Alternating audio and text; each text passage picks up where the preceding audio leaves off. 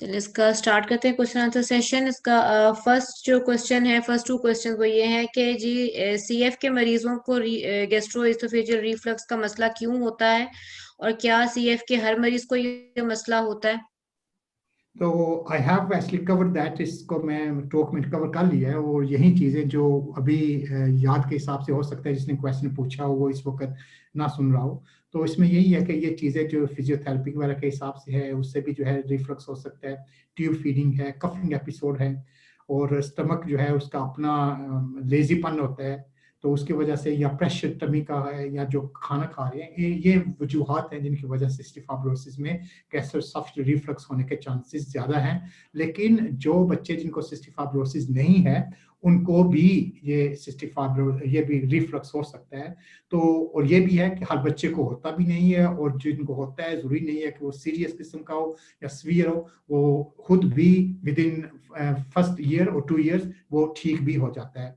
तो इसके होने की वजूहत ये है जो अभी आप देख रही है, और हर बच्चे को जरूरी नहीं है कि हो, लेकिन सिराफ में इसके होने के इम्कान ज्यादा है। ठीक है जी। नेक्स्ट क्वेश्चंस जो हैं वो ये हैं कि कुछ डॉक्टर्स का कहना है कि ओमेप्राजोल की बाकायदगी से इस्तेमाल करने से क्रियॉन्स की जो रिक्वायर्ड डोज में कमी हो जाती है। क्या ये बात दुरुस्त है, और अगर दुरुस्त है तो ऐसा क्यों होता है? और नेक्स्ट क्वेश्चन ये है कि क्या ओमेप्राजोल का लंबे अरसे तक इस्तेमाल सेफ और मुनासिब है? हाँ, तो जैसे मैंने पहले जिक्र किया है मेन प्रेजेंटेशन में, जो भी मेडिसिन लेनी होती है अपने तौर पे कोई भी बंदा स्टार्ट ना करे या ना स्टॉप करे, बल्कि उसकी कई वजूहत होती हैं जिसको देने के लिए वो देखना पड़ती है, इंडिकेशन देखना पड़ती हैं। तो फिर इसके साइड इफेक्ट्स और जो बेनिफिट्स हम चाहते हैं उनको बैलेंस करना पड़ता है कि क्या कुछ है। तो हर मेडिसिन के साइड इफेक्ट्स होते हैं और ओमेप्राजोल भी उनमें शामिल है। लेकिन जो ये क्वेश्चन है कि ये क्रियॉन जो है क्या इसकी डोज कम हो सकती है या नहीं होती है, तो जैसे हम कहते हैं कि मैक्सिमम डोज जो क्रियॉन की सिस्टिक फाइब्रोसिस में वो 10,000 यूनिट्स पर किलो बॉडी वेट के हिसाब से पर डे होना चाहिए, एक कैप्सूल पर किलो पर डे के हिसाब से। तो मिसाल के तौर पे अगर 10 किलो का बच्चे का वजन 10 किलो है, तो ऑन एवरेज उस बच्चे की जो रिक्वायरमेंट है वो 10 क्रियॉन से ज्यादा एक दिन में नहीं होना चाहिए।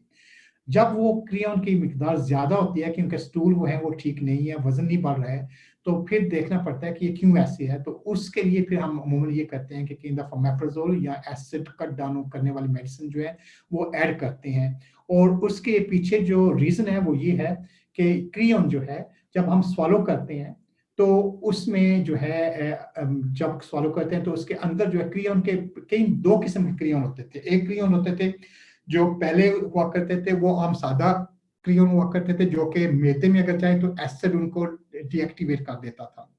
अब जो क्रियॉन आती हैं उनमें माइक्रोस्फीयर्स होते हैं जो कोटेड होती हैं, एंटाइक कोटेड कहते हैं, जिसमें कि एसिड उनको डिस्ट्रॉय नहीं करता बल्कि वो सेफ रहती हैं स्टमक में। तो जब हम क्रियॉन लेते हैं ये हजम वो जाते हैं मैदे में, जाते हैं मैदे में जाके फिर जो है वो कैप्सूल जो होता है अगर होल इस्तेमाल किया जाए तो कैप्सूल ब्रेकअप हो जाता है, और कैप्सूल में जो वो क्रियॉन के जो जर्रे होते हैं वो मेडिसिन के होते हैं वो फिर जो है निकलती हैं। लेकिन आजकल जो क्रियॉन है वो कोटेड होते हैं, तो उसमें फिर वो होते हैं वो डीएक्टिवेट नहीं होते स्टमक में, और उसके बाद वो जो है वो स्मॉल इंटेस्टाइन ड्यूडेनम में चले जाते हैं। लेकिन इन क्रियॉन को वहां एक्ट करने के लिए जो पीएच है वो हायर पीएच चाहिए, 6.5 से हायर चाहिए। जैसे हम स्टैब्लिश कर चुके हैं कि जो पीएच मैदे की होती है वो लोअर एंड ऑफ द मैदा वो 1.5 से लेकर 4.5 तक वो होती है, तो उस पीएच में वो एंजाइम काम नहीं करते। और सिस्टिक फाइब्रोसिस में बाइकार्बोनेट की भी स्क्रीशन की कमी होती है। तो ये जो बाइकार्बोनेट जो स्मॉल इंटेस्टाइन में स्क्रीट होता है, जो कि मैदे वाला एसिड जो स्मॉल इंटेस्टाइन में आ रहता है उसको न्यूट्रलाइज करता है, वो न्यूट्रलाइज नहीं होता, तो ये ड्यूडेनम और स्मॉल इंटेस्टाइन की पीएच जो है वो ज्यादा हो जाती है, सॉरी कम हो जाती है, एसिड ज्यादा हो जाता है और पीएच कम हो जाती है। तो उस पीएच में कम होने की वजह से ये क्रियॉन जो है फिर सही तरीका से काम नहीं कर पाता, और इस पीएच को ठीक करने के लिए जो है वो पंप इनहिबिटर्स, ये प्रोटॉन पंप इनहिबिटर ओमेप्राजोल वो देना पड़ता है ताकि एसिड कम हो जाए। जब ये मैदे के जूस ने चाइम भी कहते हैं वो स्मॉल इंटेस्टाइन में दाखिल हों तो उनकी पीएच जो अल्कलाइन की तरफ हो जिसमें कि क्रियोन जो है वो काम कर सके।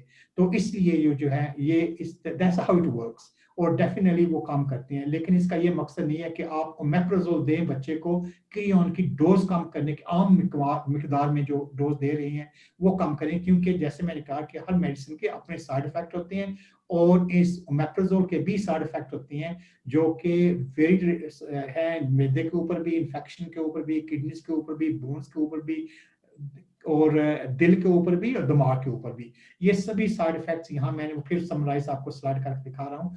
तो ये नहीं है कि आप क्रियोन की डोज कम करने के लिए आप ऐसे ही ओमेप्राजोल देना चाहिए, लेकिन जब आप हाई डोज क्रियोन दे रहे हैं तो फिर उसको एडजस्ट किया जा सकता है। ठीक है, जज़ाकल्लाह खैर। नेक्स्ट ये क्वेश्चन था कि हम अमूमन अपने सीएफ बच्चों की खुराक में एक्स्ट्रा बटर या ऑयल वगैरह ऐड करते हैं, तो क्या ऐसा करना इनके रिफ्लक्स के मसले को या इसके सिम्टम्स को बढ़ा सकता है? जैसे मेन टॉक में भी ये भी कवर हो चुका है कि जो फैटी फूड्स हैं उससे जो है गैस्ट्रोएसोफेजिक रिफ्लक्स जो है वो खराब हो सकता है, ज़्यादा खराब हो सकता है। तो उसकी जो चीज़ें वो ये वजूहत उसकी ये है कि फैटी फूड खाने से it takes longer digesting process जो है टाइम लगाती है। मैदा जो है वो एम्प्टी नहीं होता और मैदे में वो खाना ज़्यादा देर रहता है जिससे कि एसिड रिफ्लक्स जो है वो बढ़ जाता है।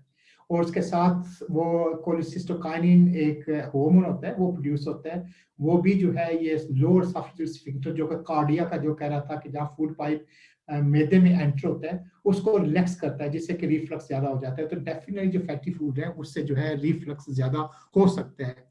और उस जो फैट्स हैं वो सैचुरेटेड किस्म की जो फैट्स हैं ना, वो ये बटर क्रीम और चीज वगैरह इनसे ज्यादा होता है। और जो अनसैचुरेटेड फैट्स हैं जैसे कि एवोकाडो में काफी फैट होती है तो या वॉलनट्स में फैट रहती है, वो हेल्थियर किस्म की फैट्स होती हैं, उनसे ये चांसेस कम होते हैं। लेकिन हम इन चीज़ों को स्टॉप नहीं करते हैं क्योंकि इससे बच्चे की न्यूट्रिशन पे फर्क पड़ता है। तो हम बाकी की चीज़ें जो हैं वो कहते हैं कि कंपनसेट कर लें, दे लें ताकि इनकी जो न्यूट्रिशनल रिक्वायरमेंट है उसमें कमी ना आए। तो आप इन चीज़ों को कम ना करें, लेकिन अगर बाकी ओमेप्राजोल देना पड़ता है या कोई और चीज़ करना पड़ती है या मेडिसिन फूड थिकनेस देना पड़ती हैं तो वो चीज़ें जो है वो साथ करना पड़ेंगी। तो वो एक बैलेंस उन चीज़ों के साथ करना पड़ेगा। तो आपका क्वेश्चन का जवाब है कि यस, इससे जो है वो हो सकता है कि रिफ्लक्स ज़्यादा हो, लेकिन इसमें भी फिर हमने एक बैलेंस रखना है कि हम क्या खाएं और किस किस्म की जो सैचुरेटेड फैट्स या अनसैचुरेटेड फैट्स वो खाएं। ठीक है जी। नेक्स्ट ये क्वेश्चन है कि एक ऐसा सीएफ चाइल्ड जिसे कोई गैस्ट्रोइंटेस्टिनल मसला नहीं है, तो क्या सिर्फ वजन बढ़ाने के लिए उसे ट्यूब फीडिंग की जा सकती है?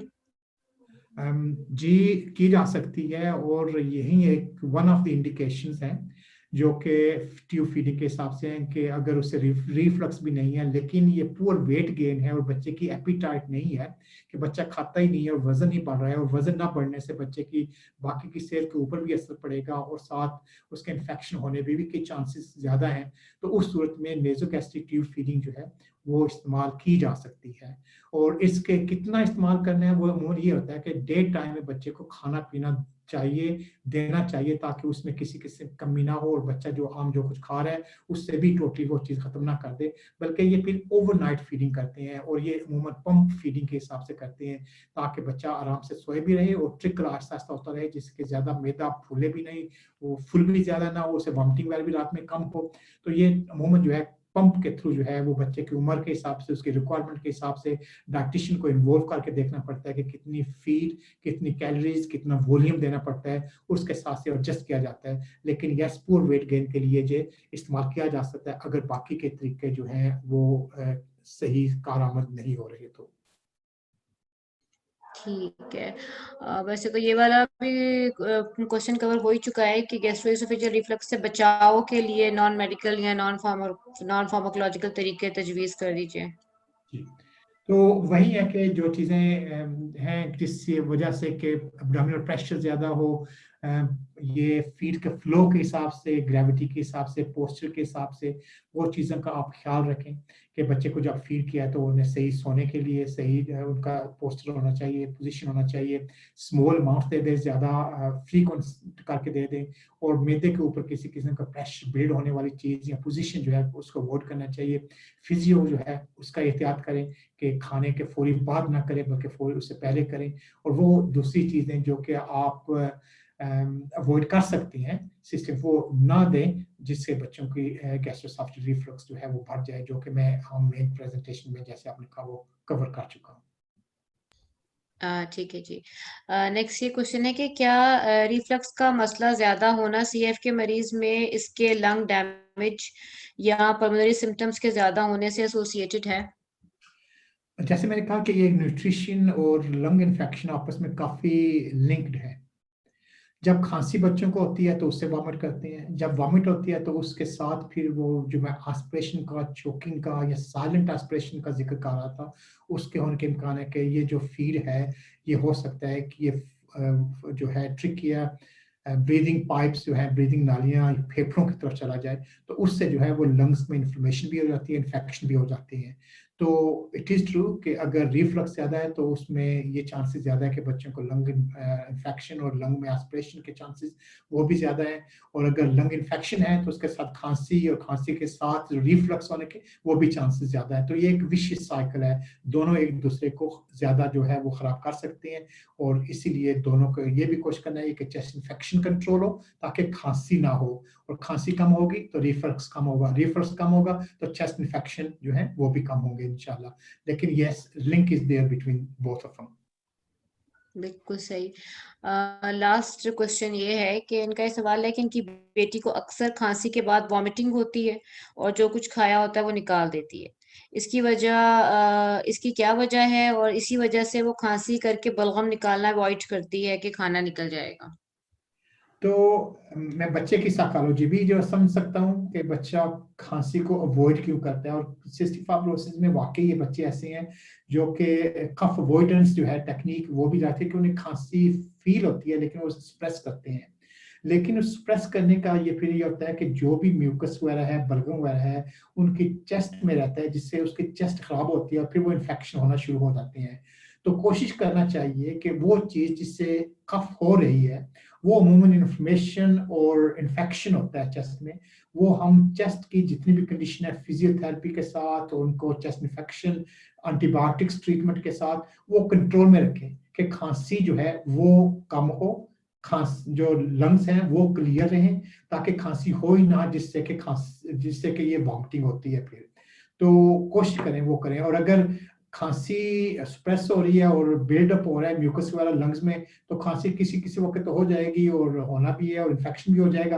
तो कोशिश करें कि खांसी से जो कफ करें, लेकिन जिनसे हम खांसी भी प्रिवेंट कर सकते हैं जो कि क्लियरेंस ऑफ चेस्ट है, लंग्स हैं, फिजियोथेरेपी है, नेबुलाइजर जो होते हैं हाइपोटोनिक से एयरलाइन के हिसाब से हैं, डीएनएस के पुलमोजान वगैरह के हिसाब से हैं, एन-एसिटाइलसिस्टीन वगैरह के हिसाब से, जिससे कि चेस्ट वो म्यूकस क्लियर हो जाए, वो जरूर करें ताकि खांसी जो है वो कम हो जाए, और फिर खांसी कम होगी तो फिर इंशाल्लाह जो वॉमिटिंग है वो भी कंट्रोल हो जाएगी। ठीक है sir, thank you very much. That's all. अभी फिलहाल तो मैं यहाँ पे ड्यूरिंग द सेशन कोई क्वेश्चंस नहीं आए हैं।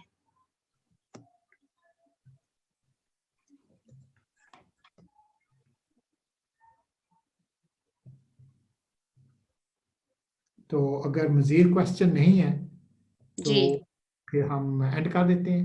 जी सही है। Thank you very much everybody. इंशाल्लाह डेज विल बी अपलोडेड, 2 हफ्ते तकरीबन लग जाते हैं तो ये हम इंशाल्लाह अपलोड कर देंगे, और अल्लाह ताला सबको खैरियत से रखे। हैव ए सेफ टाइम इंशाल्लाह। अस्सलाम वालेकुम व रहमतुल्लाहि व बरकातहू।